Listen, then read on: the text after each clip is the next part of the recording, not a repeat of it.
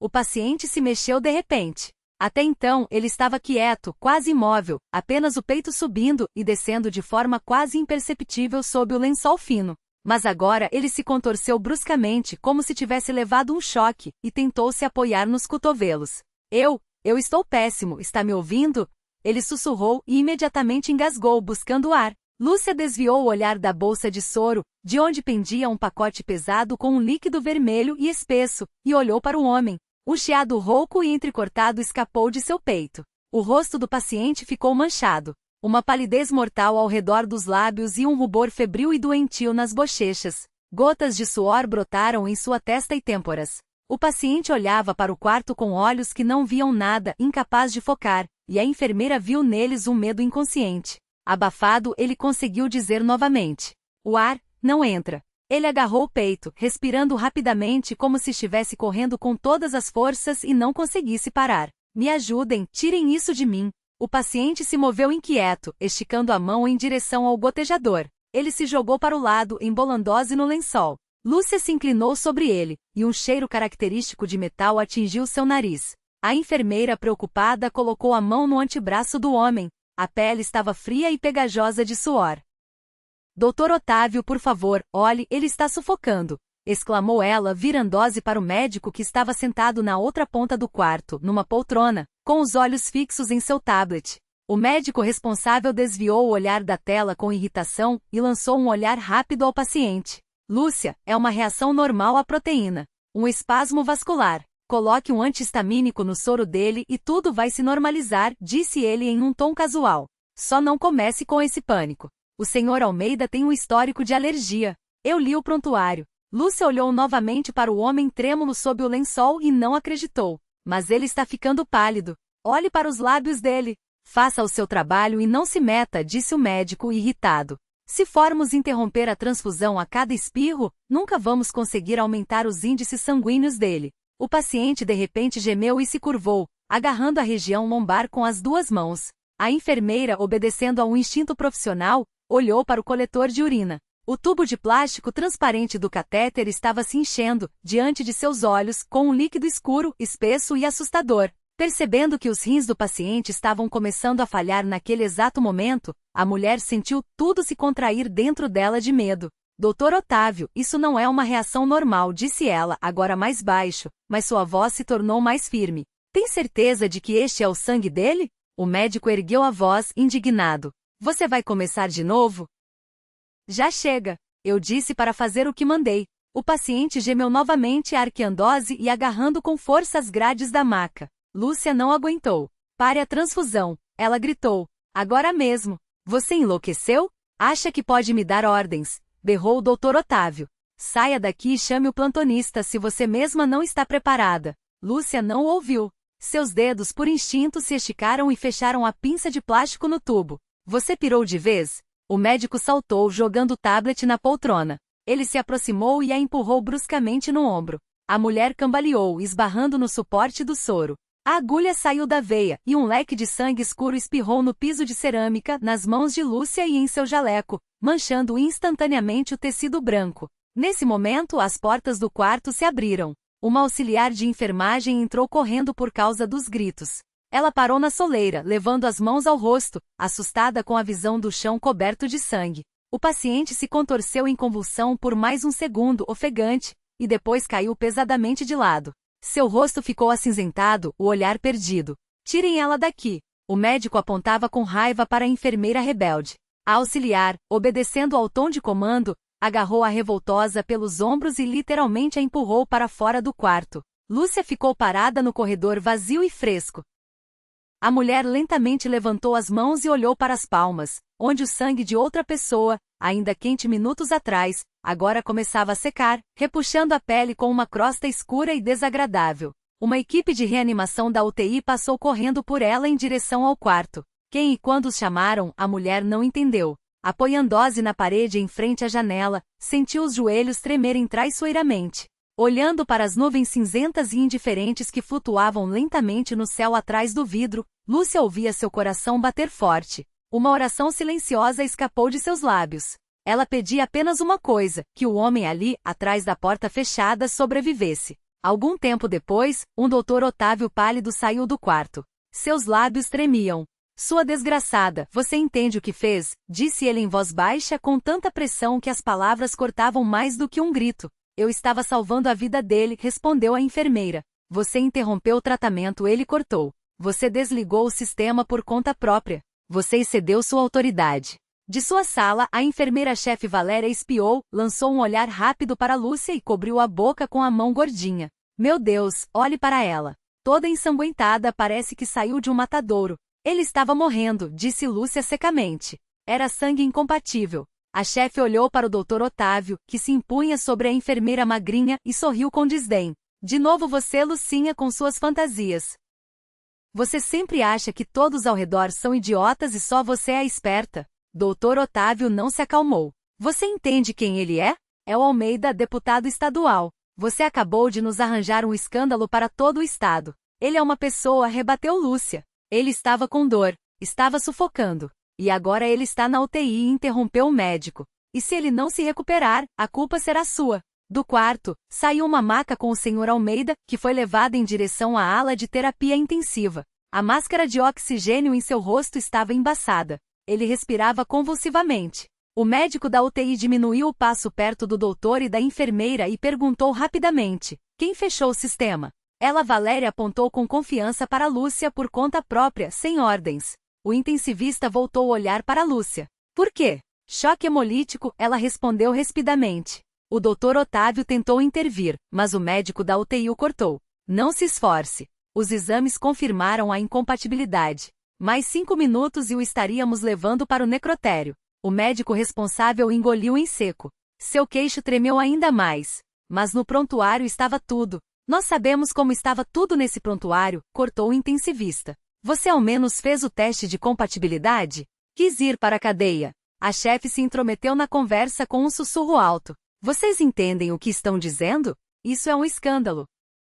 É a vida de um homem, respondeu calmamente o médico da UTI e correu para alcançar a maca. Do elevador saiu o diretor adjunto do hospital, de jaleco branco, impecável, cheirando a perfume caro. Que manifestação é essa que vocês armaram? Enquanto Valéria e o Dr. Otávio se justificavam, ele ficou parado, olhando com o senho franzido para a enfermeira que se encolhia contra a parede, escondendo as mãos ensanguentadas atrás das costas. Depois interrompeu o fluxo de palavras com um gesto e, dirigindo-se a Lúcia, ordenou secamente: passe o seu turno e escreva um relatório. Detalhadamente com que base você, uma profissional de nível médio, interferiu no processo de tratamento e violou a prescrição médica. Com base no fato de que ele estava morrendo, Lúcia levantou os olhos para ele. Isso a comissão decidirá, cortou o diretor adjunto. Por enquanto você está suspensa.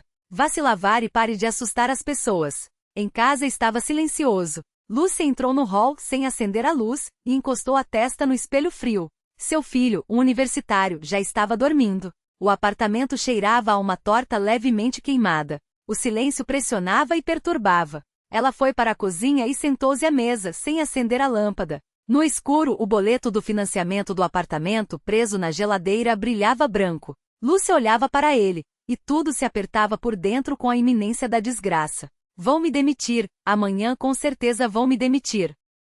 Sentiu náuseas ao pensar que teria que se apresentar e se justificar perante pessoas bem vestidas em gabinetes altos, que já haviam decidido tudo. Ela foi até a pia, abriu a torneira e começou a esfregar as mãos novamente, embora já estivessem limpas. O cheiro de sangue ainda a perseguia. Na sua cabeça, interrompendo os pensamentos sobre dívidas e a busca por um novo emprego, o rosto do paciente de hoje surgia repetidamente. Tomara que ele sobreviva, repetiu para si mesma como um mantra.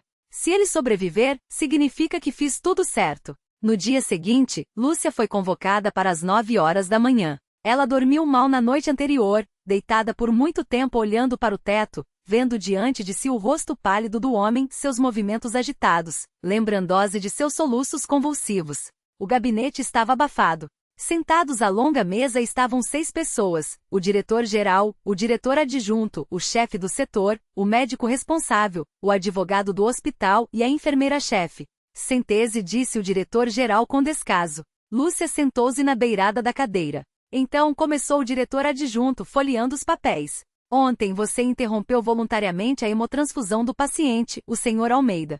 Você confirma? Sim, disse Lúcia. Com que base? O diretor adjunto perguntou, sem tirar os olhos dos documentos. Ele estava entrando em choque hemolítico, respondeu Lúcia. O chefe do setor sorriu com escárnio. Até já deu o diagnóstico assim de imediato. Eu vi os sintomas, começou a explicar a mulher. Ele estava sufocando. Tinha dor na lombar. Urina escura, a pressão estava caindo. Você é médica, interrompeu o diretor-geral. Não, Lúcia olhou para a frente. Então, por que você decide que foi choque e não uma reação ao medicamento? O diretor-geral não escondeu seu desprezo. Lúcia olhou-o nos olhos. Porque o médico da UTI confirmou a incompatibilidade. Ele fez os testes.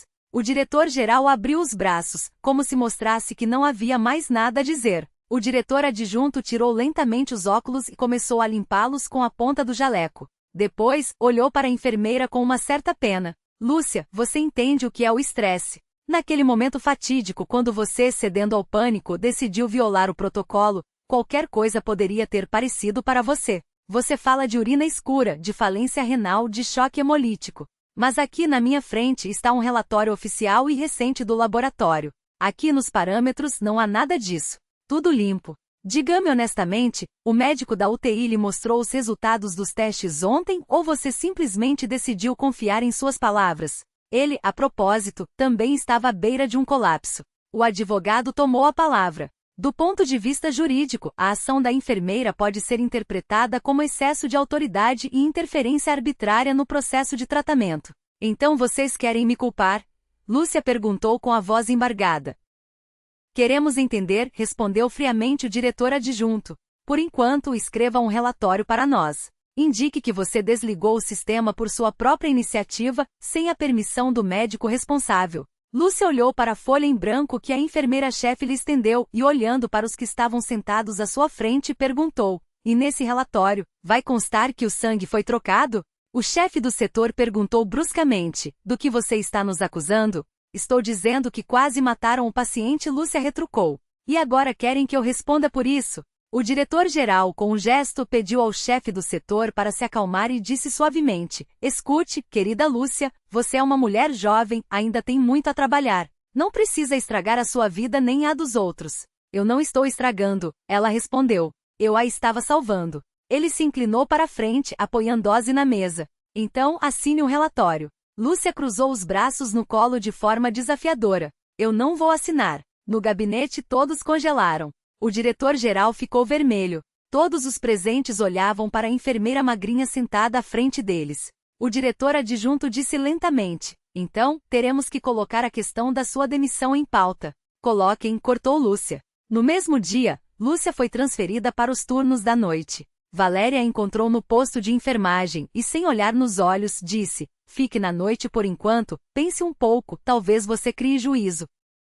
Os dias seguintes se transformaram em um teste de silêncio para Lúcia. Eles não a demitiram imediatamente, mas era como se tivessem construído uma parede transparente e impenetrável ao seu redor. As amigas enfermeiras que até ontem discutiam com ela os planos para o fim de semana, agora desviavam apressadamente o olhar, e os médicos passavam por ela sem sequer um breve aceno. Ela trabalhava nos turnos da noite, cumprindo suas obrigações com uma precisão mecânica e programada. E nesse vazio dos corredores do hospital, sua própria solidão parecia quase palpável. Quando, no final de mais um turno noturno, Lúcia foi informada de que o Sr. Almeida havia recuperado a consciência e estava exigindo vê-la, ela não sentiu alegria, mas uma estranha e entorpecida apreensão. Caminhando pelo longo corredor da ala de terapia intensiva, ela percebia os olhares de soslaio das enfermeiras de plantão, e nesses olhares se misturavam curiosidade e medo. Para todos, ela já era material descartado, uma pessoa com uma sentença no bolso.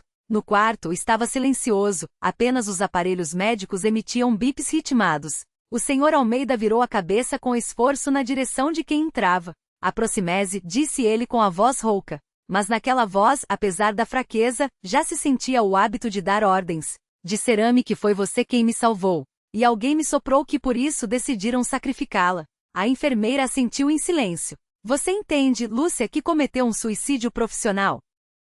O Sr. Almeida sorriu levemente, e rugas profundas se formaram nos cantos de seus olhos. Hoje me trouxeram uns papéis. Os médicos afirmam em uníssono que você quase me mandou para o outro mundo com sua iniciativa. Lúcia estava de pé ao lado da cama, e sentia vontade de gritar com aquela injustiça. Ela cerrou os punhos involuntariamente, sentindo as unhas cravarem nas palmas das mãos. Eu fiz o que tinha que fazer, respondeu ela, tentando evitar que a voz falhasse. Eu vi que seus rins estavam começando a falhar. Eu vi que você estava morrendo. O Sr. Almeida suspirou pesadamente e desviou o olhar para a janela. Mas nos relatórios deles não há nada disso. Lá está tudo limpinho, impecável, Lúcia. E eu? Sou apenas um paciente. Um político? Sim, mas não sou médico. A comissão não vai ouvir parece que eu estava sufocando. Minhas sensações contra os relatórios, análises e laudos de especialistas deles, você mesma deve entender. Ele se calou. Lúcia esperou. Amanhã de manhã, eles vão esmagar você, ele continuou em voz mais baixa, olhando para o teto. Eles têm um recurso administrativo, advogados e documentos perfeitamente falsificados. E você não tem nada, exceto minhas palavras, minhas sensações. E para ser honesto, nem tenho tanta certeza disso. Dificilmente isso poderá protegê-la contra a opinião de especialistas deles. Minha palavra não pesa mais do que esta folha de prescrições. Ele acenou com a cabeça para o plano de medicamentos pendurado ao lado da cama.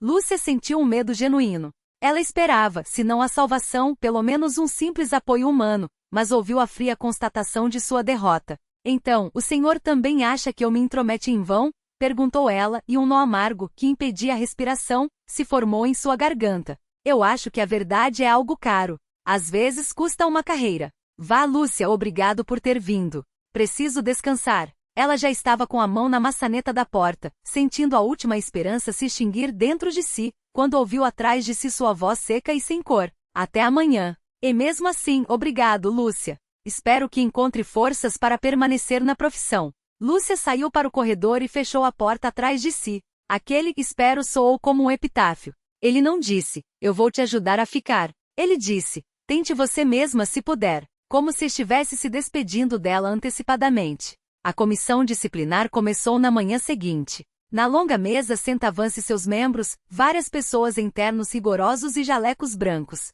Seus rostos, no gabinete abafado, pareciam igualmente cinzentos. Eles conversavam em voz baixa, mexendo em pastas, mas era notável que todos os olhares voltavam-se constantemente para o centro da mesa. Lá sentava-se o principal transfusiologista do estado. Um homem de cabelos grisalhos com um olhar pesado por baixo dos óculos. Ele folheava o prontuário lentamente, sem prestar atenção aos sussurros e à agitação ao redor.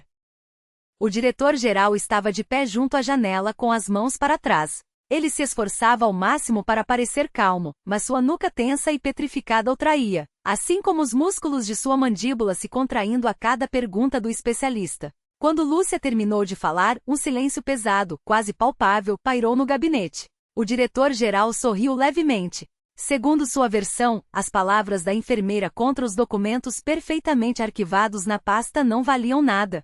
O advogado da comissão já se esticava para pegar o formulário da ordem de demissão quando bateram na porta e se ouviu o som característico das rodas de uma cadeira de rodas. No gabinete entraram com o deputado estadual em pijama de hospital. O Sr. Almeida estava pálido, mas seu olhar era afiado e penetrante. Um assistente empurrava a cadeira de rodas. Os homens à mesa se calaram. Tornou-se audível o zumbido da lâmpada no teto. Continuem, senhores, disse o Sr. Almeida em voz baixa. Estou muito interessado em ouvir como vocês punem a pessoa que corrigiu o seu erro fatal. O assistente, sem esperar um convite, aproximou-se da mesa e colocou diante do transfusiologista principal um pacote com o logotipo do Hemocentro Estadual. Isso é o que não está no prontuário oficial, continuou o Sr. Almeida. Mas é o que estava no meu sangue quando recuperei a consciência. O transfusiologista grisalho ajeitou os óculos e abriu os documentos. Os outros membros da comissão congelaram. O diretor-geral parou de tamborilar os dedos no parapeito da janela, e seu rosto começou a adquirir um tom terroso. Sob o zumbido e o crepitar da lâmpada, ouvia-se apenas o tic-tac regular do relógio na parede e o farfalhar do papel sob os dedos do especialista. O transfusiologista leu por um longo tempo. Seu olhar se movia pelas linhas sem pressa. Suas sobrancelhas se juntavam na ponte do nariz cada vez mais. Finalmente, ele levantou lentamente os olhos para o médico responsável. Isso já é interessante. A voz do especialista soou anormalmente seca. Depois, seu olhar pesado pousou no diretor-geral. Em seu prontuário está escrito que foi transfundido no paciente o sangue do seu tipo, o segundo negativo. No entanto, vocês não conseguiram fornecer o recipiente vazio para verificação. E aqui está uma análise independente. O transfusiologista-chefe do Estado ergueu os documentos entregues a ele pelo assistente do deputado. E ela diz outra coisa. Especificamente que no sangue do Sr. Almeida foram encontrados sinais de conflito de RH. Todos os presentes, prendendo a respiração, observavam enquanto o respeitado especialista com 2 dedos afastava de si com nojo a pasta com os resultados falsificados e novamente sacudia o relatório do laboratório independente. Olhem para estes indicadores. Aqui está um quadro inequívoco e irrefutável de um choque hemolítico gravíssimo. Isso é impossível de falsificar e impossível de esconder. Esses vestígios só aparecem quando se infunde em uma pessoa sangue incompatível. Vocês tentaram me enganar com sua fraude, mas esta análise... O transfusiologista não terminou. Ele olhou para Lúcia, que estava sentada desamparadamente na beirada da cadeira diante da impiedosa comissão. E todos nós devemos admitir que a ação desta mulher, desta corajosa enfermeira, é a única razão pela qual não estamos discutindo aqui um desfecho letal. O diretor-geral se encolheu, como se quisesse objetar algo, mas sob o olhar gélido do transfusiologista, apenas cerrou os maxilares com mais força. O silêncio pairou na sala, ficou claro para todos como a coisa terminaria. O transfusiologista estadual levantou-se pesadamente e proferiu seu veredito. Todos os materiais da perícia independente e este prontuário serão imediatamente encaminhados ao Ministério Público. Há aqui uma falsificação de documento público e a criação de condições que ameaçam a vida do paciente. O diretor-geral e a equipe responsável estão suspensos de suas funções até a conclusão da investigação. Lúcia sentou-se imóvel, sem acreditar no que estava acontecendo. Ela já não esperava um milagre, já havia se conformado com a demissão. E agora não sentia triunfo, apenas um estranho silêncio zumbindo em seus ouvidos. Senhores, todos estão dispensados, anunciou o transfusiologista e dirigiu-se diretamente à atônita Lúcia. Ele deu um tapinha paternal em seu ombro e acrescentou mais suavemente: obrigado, minha jovem. É raro encontrar tamanha perspicácia. Os 2 saíram do gabinete. As portas se fecharam atrás deles, abafando as vozes e o grito agudo e desesperado do diretor-geral tentando provar algo ao advogado. Quando o idoso transfusiologista a deixou, Lúcia permaneceu no corredor, sem saber o que fazer a seguir. Do gabinete, um após o outro, saíam os funcionários desconcertados do hospital. Passou por ela com as pernas bambas, o antigo médico do Sr. Almeida, o Dr. Otávio. Seu olhar vagava perdido, e ele passou por ela murmurando algo ininteligível. Lúcia o observou se afastar. Ele caminhava pelo corredor com um passo irregular. O assistente empurrou lentamente a cadeira de rodas com o Sr. Almeida. Ele levantou ligeiramente a mão, pedindo para parar. Bem, Lúcia, parabéns, disse ele. Você venceu. Lúcia olhou para ele. Nós vencemos, Sr. Almeida. Se não fosse pela sua pasta, eles teriam me esmagado. O deputado estendeu a mão para ela. Na dobra do cotovelo, ainda havia a marca da injeção. Lúcia hesitou por um segundo e colocou sua palma na dele. O aperto dele era firme e quente. O que você vai fazer agora? Ele perguntou. Não sei, ela respondeu honestamente. Acho que vou apenas para casa. Pela primeira vez nesta semana e meia vou dormir sem pesadelos. Bom plano, assentiu o Sr. Almeida. Mas saiba que profissionais como você não ficam sem trabalho por muito tempo.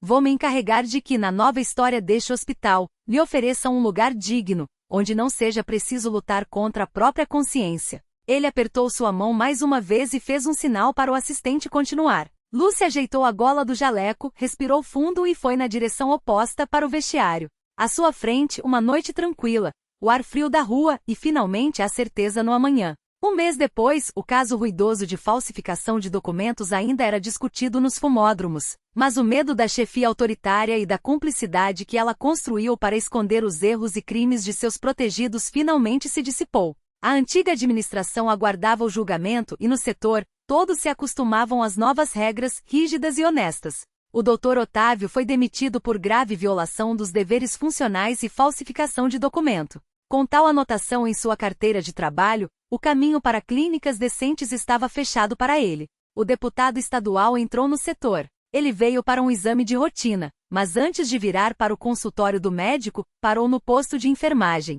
Na bancada havia uma pasta aberta com portarias e ao lado um crachá novo e brilhante. O Sr. Almeida percorreu as linhas do documento com o olhar e se deteve no nome de Lúcia. Agora, ao lado dele, constava a enfermeira-chefe do setor. Nesse momento, Lúcia saiu de um quarto. Ela usava um jaleco limpo com os cabelos presos.